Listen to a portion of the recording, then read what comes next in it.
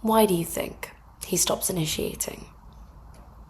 Why do you think that every single deep conversation that you have with him turns into some sort of argument, or it feels to him as though he's being interrogated? Why do you think that the chemistry fades, but the love doesn't? It's actually really simple, and honestly, in today's generation, it's expected.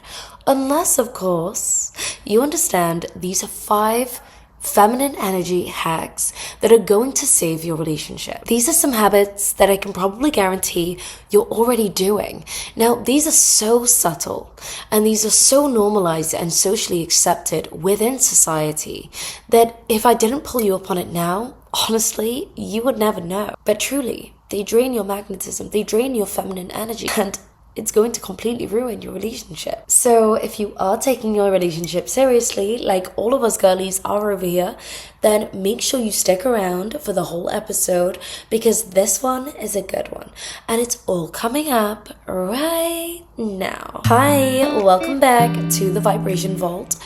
My name is Alia Zaray. I help women all over the world navigate their love life in a more feminine way. So if that sounds like something that you want to do, make sure to subscribe to stick around. Okay, let's begin. First things first, let me put this down. Okay, now let's begin. First things first is sleeping in separate bedrooms. I don't know what's going on. Seriously, I'm seeing this all over social media. Young couples, as young as us, that are normalizing going to bed in separate bedrooms. In fact, they're not normalizing it, they're glamorizing it. And I'm reading the comments and everybody is in cahoots with one another. They're all thinking this is an amazing and brilliant idea.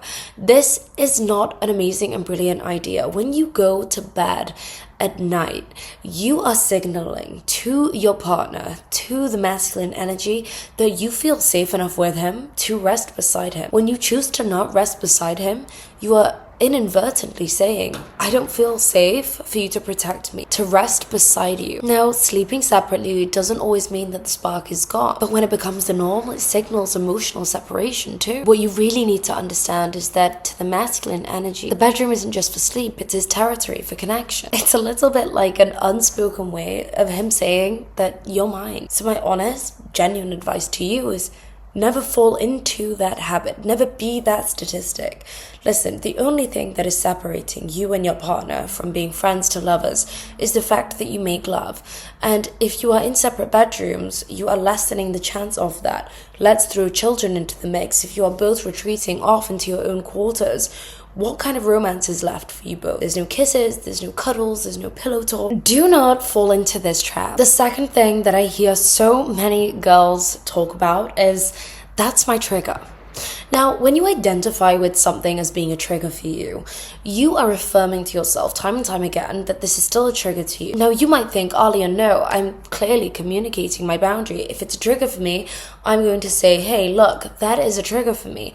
But the more that you affirm that it's a trigger for you, the more that your subconscious is going to reprogram that and put that to the forefront of your belief system, and it's going to continue to be a part of your identity for the rest of your life. Instead, you need to get rid of your triggers by telling yourself that this is not a trigger for you, that you are actually, in fact, not triggered by anything. We can reprogram our subconscious by saturating it with repetition. Remember, your subconscious mind does not have eyes. It cannot see your reality. It cannot see your triggers. So you telling yourself time and time again, this is a trigger, don't do that, that's a trigger for me, you are now reprogramming your brain, or continuing to program your brain into believing that that is a trigger. So to unprogram your brain from the triggers is to say things like I mentioned, this is not a trigger for me. Nothing can actually trigger me. I have free will. I am in control of my version of reality. Nothing can shake me. I am unshakable. Now, every time you say to him, that's my trigger, don't do that, he's going to start to feel like he's walking on eggshells. And what you're subconsciously communicating to him is, there's this area of my life that still controls me. And that is not the sign of a woman in her feminine energy. A woman in her feminine energy is free and flowing. There is nothing that can control her. She is in control. She is the master of her own destiny. He knows that, and she knows that. You have to learn to become non-reactive, and you can't start reacting to things or overreacting to things and blaming it on triggers. It's not acceptable. It's not feminine energy. And when you do this, it shows to him that he's just not able to lead here. You are too set in your ways. You are too traumatized by yourself, by your own past. And you shouldn't even be dating if you are in a stage of your life where you feel overwhelmed by certain events in your life. Remember, you're not reactive, you're radiant. You're showing emotional agility, and there is nothing sexier to the masculine energy than a woman who can feel deeply without completely falling apart. The next thing is scorekeeping. Let me give you an example. He says something, oh, I did this for you. And you turn around and you say, oh, well, do you remember when I did this for you? Congratulations. You have just entered the emotional accounting department of your relationship. Here's the energetic truth. Scorekeeping feels like control, dressed in fairness. It's the feminine energy trying to earn love through logic. To the masculine energy, it signals subconsciously to him that, oh, she gives to get. She's not flowing, she's measuring, which in turn is going to make him withhold effort and energy, because love to him starts to feel like a debt. It doesn't start to feel inspirational, which is how a woman in her feminine energy always makes her man feel. What I really need you to start doing is giving from love, because when you give from love, you raise the frequency in your relationship. Trust me. The moment that you stop keeping score, he's going to start giving you more willingly, because the energy from you feels like devotion. It doesn't feel demanding. Next thing is not laughing together. Honestly, when I meet some couples, I am floored, jaw to the floor, genuinely shocked to my core that you don't spend the majority of time laughing with each other. Being playful, laughing, joking, all of these things are essential to feminine energy. You are meant to be his safe place. He is coming to you for rest and relaxation and for fun. He wants to have the most fun with you. Remember, feminine energy is playful. She flirts with life. She brings lightness into the room. When everything starts to feel like a really deep, heavy conversation, everything starts to feel like a check-in. The masculine energy in him feels like he's constantly under review. And trust me, there is no man in his masculine energy on this earth that wants to feel like they are constantly under review from the woman that is supposed to love and trust them to lead, protect, and provide for them. Now, subconsciously, what he's going to start to think is, I never feel relaxed around her. I never get to switch off. I go to work and I'm hounded and I'm stressed and I've got this, that, and the other trying to organize this team. And I come home and I'm constantly under review from a gorgeous, beautiful girlfriend or wife. So instead, what I want you to do is reintroduce play. My partner and I play all of the time. In fact, I'm going to share something recent that I bring into the relationship. I make up silly things like this all of the time. Some people might think this is embarrassing. This is just us. This works for us. He loves it. I love it. So the other day, I pick up my phone and I text him. And I said, hey, baby. He's out at work doing whatever. I said, hey, baby, do you want to play a game tonight? He said, of course. What is it? I said, it's the kissing challenge. He said, okay. How does it go? I said, well, we both have to have our eyes covered. And then you have to kiss the person in front of you. And if you guess the person that you're kissing, if you guess the right person, then you get to take that girl out on a date. Now, obviously, it's just me and him playing the game. And he's like, oh my gosh, this sounds so fun. I can't wait. He's completely going along with it. And we come home and we're cuddling and we're relaxing and we play the kissing challenge. Cover our eyes with a piece of ripped in half kitchen roll. And he kisses me. And he guesses it right, obviously. And now he gets to take me on a date. You see, that's fun.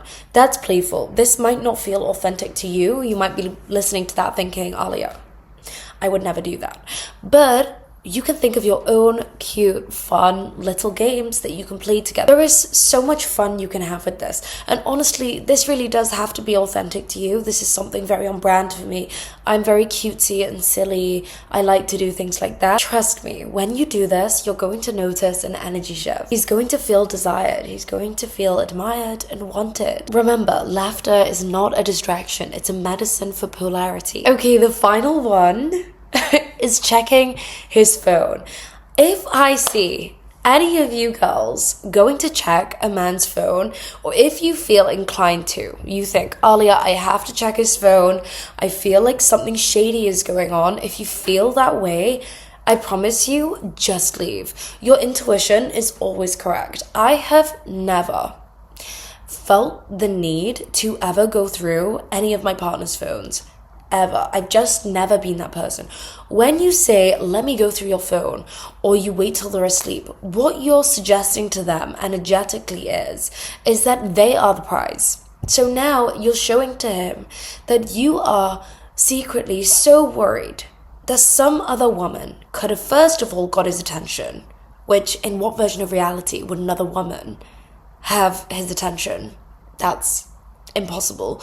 Second of all, what you're affirming is that he's the prize. He's the one that needs to be checked on.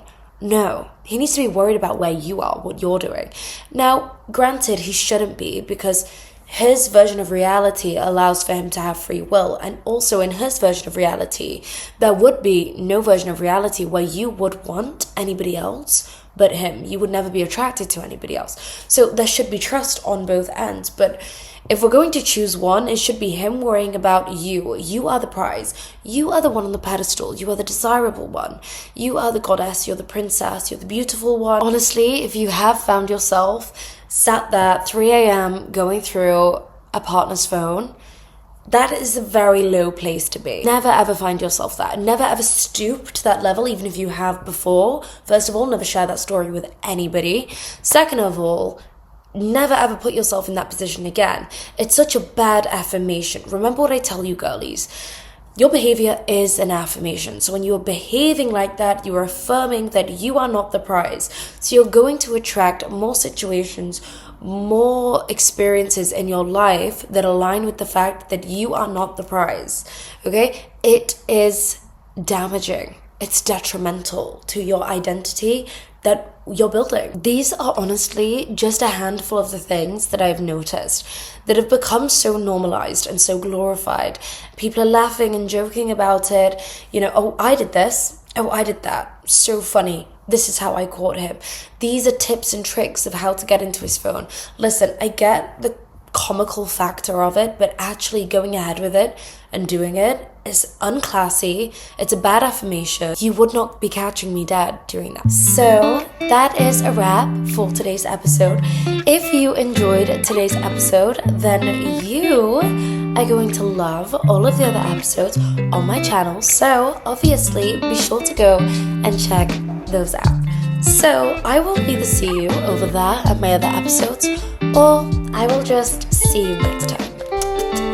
I love you. Bye.